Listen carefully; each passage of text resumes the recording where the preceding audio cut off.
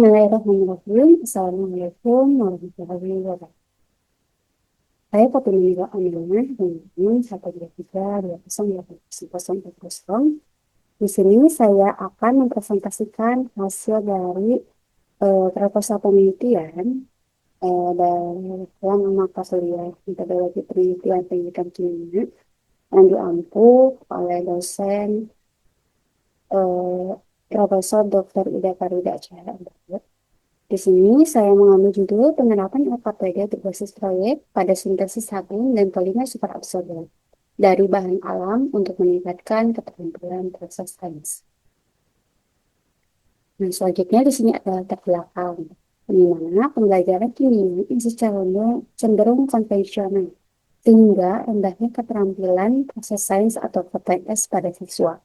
Dan perlu adanya inovasi pembelajaran berbasis proyek atau PJBL untuk meningkatkan keterampilan proses sains dan hasil belajar pada siswa. Kemudian integrasi prinsip kimia hijau, yaitu dari prinsip 4, mendesain produk yang aman atau desain safer chemical, yang produknya itu harus efektif namun minim bahaya. Dan pada prinsip 10 dari kimia hijau, prinsip kimia hijau itu mendesain untuk degradasi atau desain for degradation. Produknya harus terurai jadi zat yang tidak berbahaya setelah itu. Pembelajaran untuk membangun kesadaran yang berkembang. Selanjutnya ada 3 rumusan masalah yang saya ambil. Yang pertama itu, apakah adanya peningkatan keterampilan proses sains siswa setelah menggunakan LKPD berbasis proyek. Kemudian yang kedua itu, apakah peningkatan keterampilan proses sains pada kelompok eksperimen lebih tinggi daripada kelompok yang kontrol. Kemudian yang ketiga itu, bagaimana pengaruh LKPD berbasis proyek ini terhadap hasil belajar kognitif pada siswa. Dan di sini ada tujuan penelitiannya, itu yang pertama menganalisis peningkatan keterampilan proses sains siswa setelah penggunaan LKPD berbasis proyek. Kemudian yang kedua itu membandingkan peningkatan keterampilan proses sains antara kelompok eksperimen yang disajikan LKPD berbasis proyek serta kelompok kontrol. Dan yang ketiga itu menganalisis pengaruh LKPD berbasis proyek terhadap hasil kognitif pada siswa. Kemudian di sini ada metodologi penelitian itu dari desain saya mengambil R&D dan kuansi eksperimen dengan pretest serta post-test kontrol group. Kemudian subjeknya itu siswa kelas 12 MIPA di sekolah SMA Pus Al-Furqan yang jumlah siswanya itu 35 siswa. Kemudian prosedurnya itu yang pertama pengembangan LKPD dengan model 4D, define, design, develop, dan disseminate.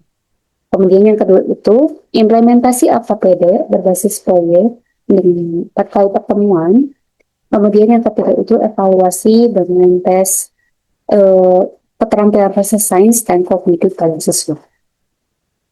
Kemudian selanjutnya itu ada instrumen penelitian. Ini mana itu LKPD berbasis proyek dengan integrasi kimia hijau. Kemudian ada tes keterampilan proses sains, yaitu tes uraian yang terstruktur yang diberikan pada siswa. Dan yang ketiga itu tes hasil belajar kognitif, yaitu pilihan ganda yang beralasan. Itu diberikan saat proses atau di akhir setelah pembelajaran. Kemudian lembar observasi, hasil dan angka respon siswa. Nah, di sini ada analisis data yang dimana menggunakan data kualitatif dan kuantitatif, yang dimana kualitatif itu validasi hasil LKPD menggunakan rata-rata validator. Kemudian kuantitatifnya itu yang pertama uji normalitas atau Shapiro-Wilk dan homogenitas atau repetitif. Dan yang kedua itu uji hipotesis, yaitu menggunakan t-test, ANCOVA, dan analisis endgame. Yang ketiga itu ada effect size atau coherence and eta score. Selanjutnya ada jadwal penelitian. Di sini saya mengambil 4 bulan sama penelitian itu. Di bulan Januari itu kegiatannya persiapan, yaitu literatur, instrumen, dan koordinasi ke pihak sekolah. Kemudian di bulan Februari itu pengembangan LKPD dengan validasi LKPD, kemudian revisi dan uji coba kepada siswa LKPD tersebut. Kemudian di bulan Maret itu pelaksanaan eksperimen dengan pretest terlebih dahulu, kemudian implementasi dan ada post test di akhir setelah pembelajaran. Yang keempat itu di bulan April yaitu analisis data dan penyusunan laporan hasil. Di sini analisis data dan penyusunan laporan itu secara teoritis dan praktis. Dari teoritis yaitu bukti empiris, efektivitas, project based learning, dan integrasi individual. Kemudian praktisnya itu pada siswa untuk meningkatkan keterampilan proses size dan kesadaran terhadap lingkungan. Dan pada gurunya itu contoh diberikan contoh LKPD yang siap pakai. Dan yang ketiga itu pada sekolah itu dasar pengembangan kurikulum project based learning. Nah, di sini ada kesimpulan dan harapan dari uh, penelitian ini. Itu diharapkan dapat meningkatkan keterampilan proses sains dan hasil belajar siswa melalui LKPD berbasis proyek yang kontekstual dan meramaikan lingkungan. Kontribusi terhadap pendidikan kimia yang lebih relevan, aplikatif, serta berkelanjutan. Cukup sekian dari saya.